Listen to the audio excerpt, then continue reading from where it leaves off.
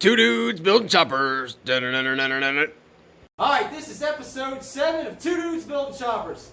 On the Shedbilly Customs platform, of course. Yes. Alright, so before we get started, people have actually been reaching out to us lately, which is pretty awesome. So Steve and I are going to set up a website this week. Not a website, dagnabbit, an email. Well, we'll do both. We'll do both. We're going to do both, but we're going to set up an email this weekend, this week, so that way we can start staying in contact with everyone. Because most of the people that are writing us are people that are trying to do the same thing, or in the process of doing the same thing. So we definitely want to connect. We definitely want to, share our experiences with you guys. And obviously, we're not professionals. We're doing things that work, that don't work. We're learning as we go, and we're just documenting the process for fun. It's just started with us having fun, and now we're sharing it. We're just like you. Yeah. So building a chopper in your shed or garage. So we're not professionals. Exactly. Not at all. So tonight's episode, we are going to go ahead and hone our cylinders. We're going to remove our valves and valve springs, and we're going to compound, clean our valves, set our valves, because with the motors and the conditions they were in, we want to reset them, make sure there's a good seal between the valve and the valve head, so that way our compression's good. At least that's what we're hoping anyway. Now, two things are going to happen in this video. One, you're going to see how easy this is, and you're going to be like, man, I can do this. Or two, you're going to go, these guys should not be doing this. So we've never done it. We have no idea. Hopefully it's the former. Yeah, so hopefully former. But I'm going to share with you what we're using, and we're going to go from there. Now, I'm going to use my heads first, because mine are in the worst shape. If we had to replace something in learning how to do this, I'd rather do it on mine, because Steve's are actually perfect the way they are. We're going to do it anyway. So we're going to test on mine first, because if we screw it up, yeah, I'd rather replace those than Steve's. So I'm going to pause the video. I want to show them what we got going on. We'll go from there.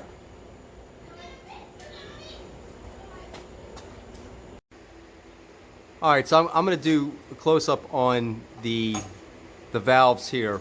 What we're going to do right now is remove the valves and the valve springs. And given that, we're just a bunch of backyard mechanics, we had to rent a pretty basic valve spring removal tool from Autozone. And in all the videos that we watch, nobody's using this tool. But if this is all that you have, we were able to get it to work. And we're going to show you how we did it now. Now, the first thing I'm going to recommend, when Steve and I first tried to do this, the what do they call it? The locking, what do they call those, Steve? The locking clips? I think they're locking clips inside the valve springs that hold the valve into the springs. Steve's going to show you a picture of them now. Spray WD-40 on the top of your valve springs. And the reason why this is important, they were like, they didn't want to come out. Once I let them soak in WD-40, we were able to use a magnet and pull them out. We're going to show you that right now. So, Steve, go ahead and put that tool on, and we'll show them what we did. And how much did it cost to rent that tool? You get the money back. I think it was like $26. It's $26, and if you return it, they give you back your $26. Yeah. If you don't, free. You get to keep it. So go online, see how much it costs. If it's more than $26, that's up to you.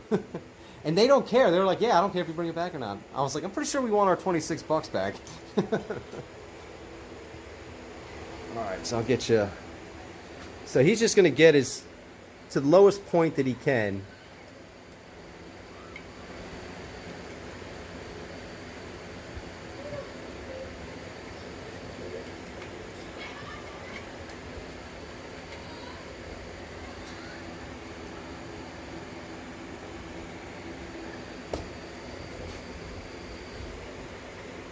Sorry, I know it's not the best view here, but I'm trying to get a good shot.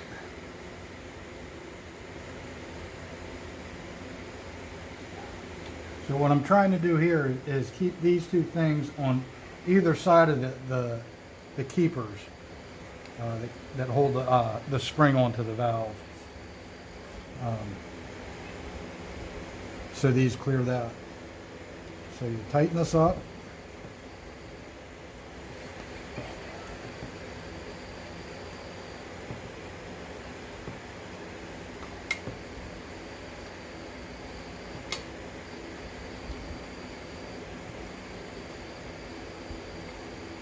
There you go. And Steve, push it down. Show him what happens when you push it down. It's going to take two of us to do this, but give you an idea of what happens when he pushes it down. you'll see that keeper start to come up. And you can use a magnet to pull that up and then take these out. So we're going to go ahead and do that together now. It's a lot easier when it's two people. All right, ready? You want me to do the magnet or the thing? You're really successful with you doing the thing and me doing the magnet. Just got to figure out which way the valve is. There you go.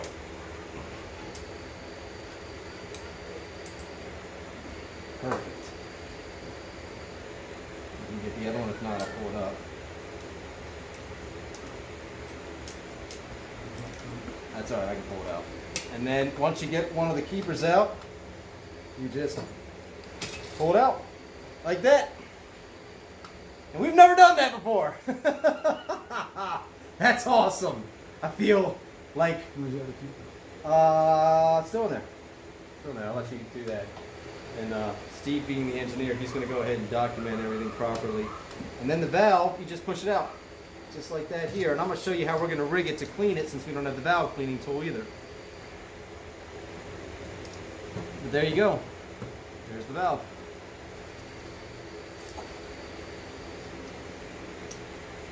Now we're going to keep going, since we're on a roll, and keep getting the rest of these off. And this is where I'm going to speed it up and play the cool music.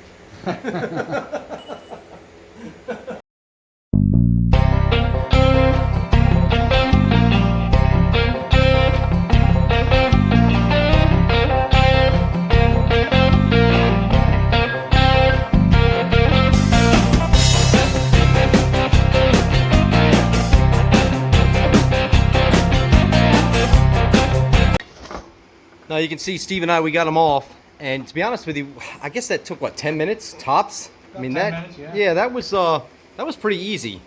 So definitely something we could do a million times over. So that wasn't hard at all. Obviously, we'll see the real task when we put it back together.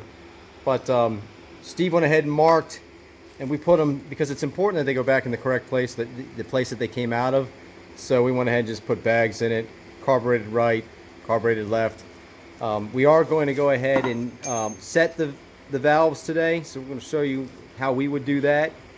But I think the next thing we're going to get into is the cylinder walls. We're going to do my heads first. I know they look rough, but that's because the black paint, the Simple Green's been taking off the black paint really well. But we're going to do mine first, because if we did had to replace a pair, you know, as you can see, Steve's, the Simple Green, made his look brand new. They look fantastic. But we're going to do both of them anyway. If we're going to build them, we're going to build them. So let's get that set up and we'll go from there. So Steve and I, we do have something that we are looking for some of the viewers' helps. We ordered the chain link piece. Cam chain. The cam chain for from Mike's XS, which I'm sure a lot of you guys are familiar with. But it doesn't seem to fit properly. And show them the original one. So if you guys know which one we should be ordering, because we tried to match the numbers on the side of the chain, but you can tell the thicknesses are way off. So they're close. This is the new one that we ordered from Mike's XS, and the posts seem to be, well, they are a little bit skinnier than the originals. The one that we ordered from Mike's XS is the 219 FT, I think, is the model number. We're just making sure that's okay to use, or should we be using something else? Because that seems like we're fitting into the new cam chain, or I mean the old cam chain. While they fit in there, they're just a little bit loose. There's a little bit of movement there. And we're just worried that maybe that's good or maybe that's bad. So, all right. So if you could help us out, that would be awesome. All right. So I'm gonna get a nice close up here of what the next thing we're going to be doing is, and this is going to be honing our cylinder walls. And like I said earlier, we're going to practice on mine first, because mine being in the worst, actually they're not, none of them are in bad shape, mine just look bad. Actually the inside, they're pretty smooth, but I know where another set of cylinder walls are if I screw this up.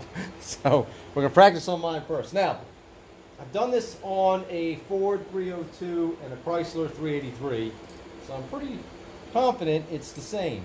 So Steve and I picked up this honing tool, this little spaceship looking thing. We were able to get this from AutoZone as well, and we rented it for 25 bucks. Only 25 bucks. And you get your 25 bucks back if you bring it back, or you can keep it. I don't know. We might like this thing, and we might not. So what I remember, and we also watched Brody's channel, which is now Two-Wheel Site? Two-Wheel Workshop. Two-Wheel Workshop, and we watched his video a couple times, and what he did is soaked the cylinder walls, the inside of them, with WD-40. And we saw this bike running when he was done, so we're pretty confident in this. So you soak everything in WD-40. You want to make sure it's nice and lubed when you're doing it. So we're going to soak the inside of the cylinder walls with WD-40.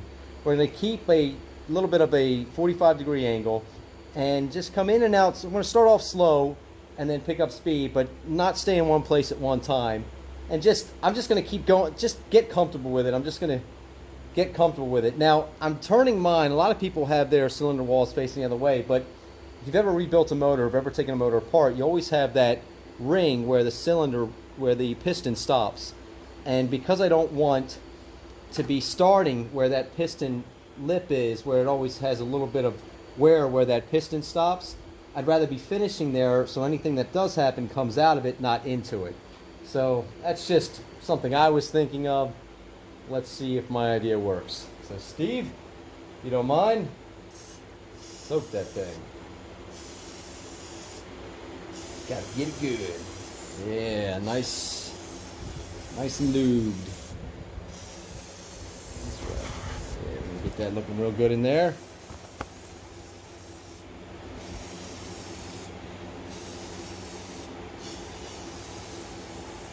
And I would say comment if you know of a better way, but it's going to be too late.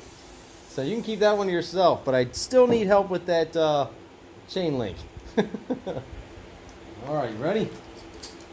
So I'm going to squeeze this in here. I've got the adjustment out. Get it in to where I'm comfortable. And we're just going to slowly get in my angle. Slowly get... Oh, let's not do that. That's where I was the good one to practice on. Coming in at an angle.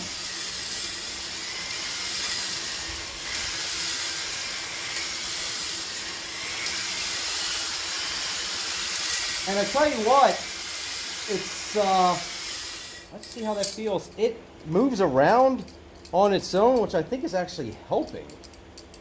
How's that feel? I'm not damaging nothing. Go ahead and spray that some more, but man, that feels good. I think I'm doing pretty good, man. Man, light that thing up. Let's do that one again. I'm definitely getting, I'll show you guys my hands in a second. Oh. This is why we're doing mine first. Steve would have had a heart attack. Can you see it coming out on there? Oh, yeah. Yeah. Oh, jeez. I'm learning. There we go. I feel better about that. Like this right here. It's got a swivel on it. I don't know, to be honest with you, how much of a 45 you really need. And I'll tell you what, I'm going to be fine with that. How does that feel? Now, it definitely, you know, look at my finger. I mean, it definitely cleans it. And it smooths it out. I mean, look at the, if you don't mind, Steve, you want to wipe that down? Let me feel the other end. Oh my God, that feels awesome. Look, there's no nothing on this side. I'm done. Clean that up. That is fantastic.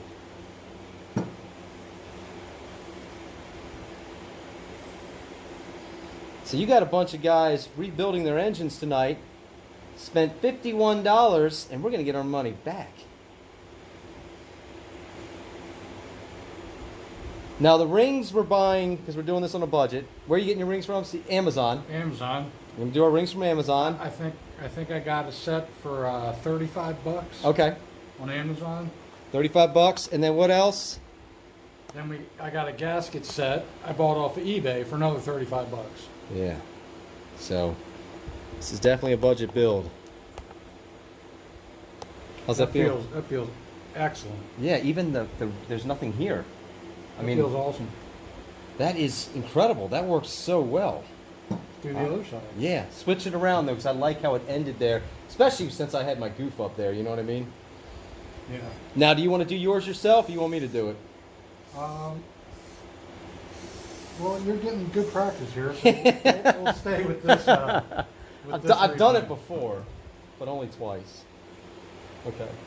And I actually have a tool similar to this, but it was bigger. And the reason why we use Autozone so much is a good friend of mine works there who's actually a pretty damn good mechanic, which normally doesn't happen at these places. And he measured the thickness, the width of this one. So our cylinder walls are 2.999 something millimeter, which is basically 3 millimeters. And this tool is designed for 2.7 to 3.8 or 4. So it's perfect, even though it's for a smaller car application, it's perfect for what we're doing. It's this one? It's this one here. Okay. I flipped it over.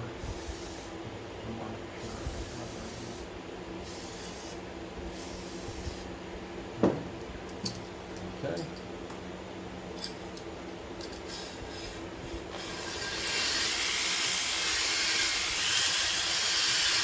Feeling a lot more comfortable now. I'm coming out though, right? Yeah. That's one thing I really want to do. Oh, sorry, Steve, you okay? Yeah, fine. Don't do that. All right. I gotta remember how far I can come out. There we go. That's what I want to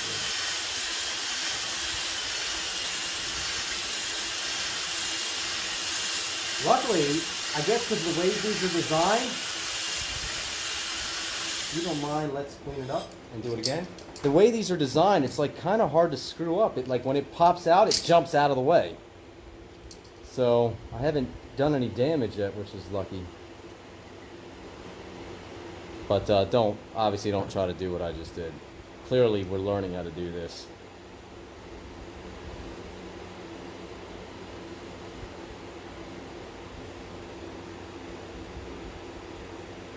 I'm gonna do it again. I just wanted to, since I jumped out, I figured it'd be safer to start over.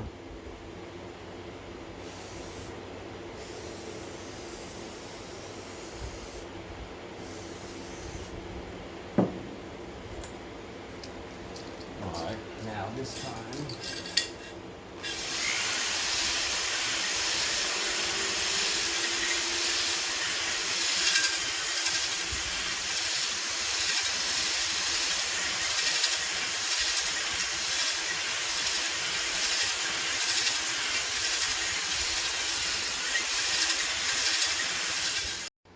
So I can tell you this is definitely a learning process. I ended up going back through it again. It felt good, but we weren't sure if we did it enough.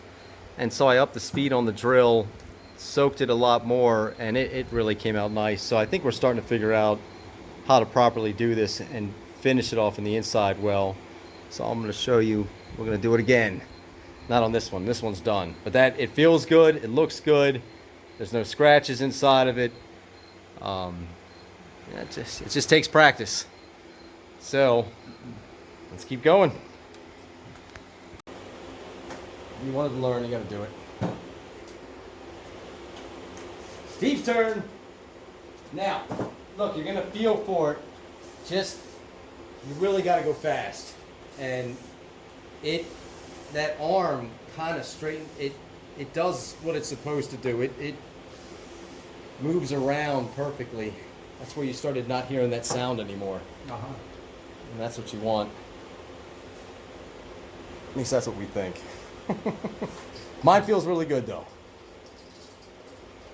So squeeze it in there. Careful not to pop it out, but the cool thing is when it jumped out, it spread out, so it didn't hit nothing. If you feel like it's spreading out, just come all the way out. Ready? Go for it.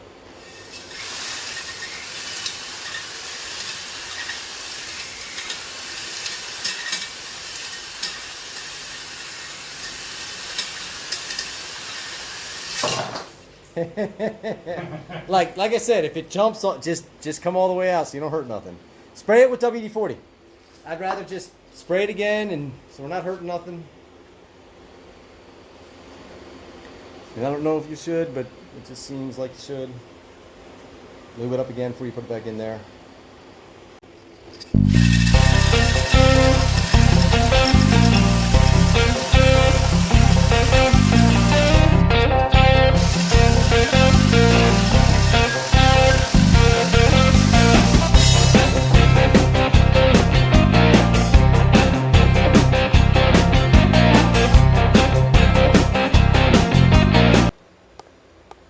All right, so that was fun.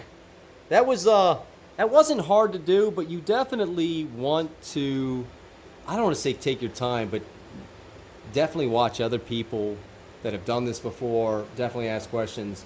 I've done it once or twice myself, so I had a little bit more comfort doing it. But, you know, it does feel a little nerve-wracking while you're doing it. But once you get going, you can kind of feel like a nice smoothness in the drill and in the speed, and then you stay with that. And I don't know how to explain that any better, but you almost feel it in your hand that it's getting done right. They feel fantastic. The stains are gone, so we're pretty pumped. And again, this is a learning experience. We are not mechanics, so I'm hoping this works. So I will say this: Steve and I we're gonna use the lap putty on the valves tonight. But after we took our valve springs off, we definitely realized now we should have taken the valves off, then soak the motors, because where they're going is pretty, I don't know if you guys can see that. I don't know if it's clear enough. Hold that, Steve, so I can show them. I'll try to get a good picture in the light. It is funky carbon buildup. So we're going to soak them again. I mean, that Simple Green works so darn good. We're going to soak them again. But they're full of carbon inside in here. It's hard to show you guys in the video, so I'm hoping it's coming through a little bit. But so before we lap them, we're going to go ahead and soak them for another couple days. We ordered our parts so we can start building them next weekend. And then the main plan is after we do that, we're going to go ahead and put them right back in the bikes just to make sure they run. Now, we've gotten some advice from some people on how to remove the coils. If you you know who you are, thank you. So and we're going to probably take your advice on that. But I want to get the tanks first and make sure all that works out. So that's it for tonight. Two dudes build choppers. Hopefully, anyway.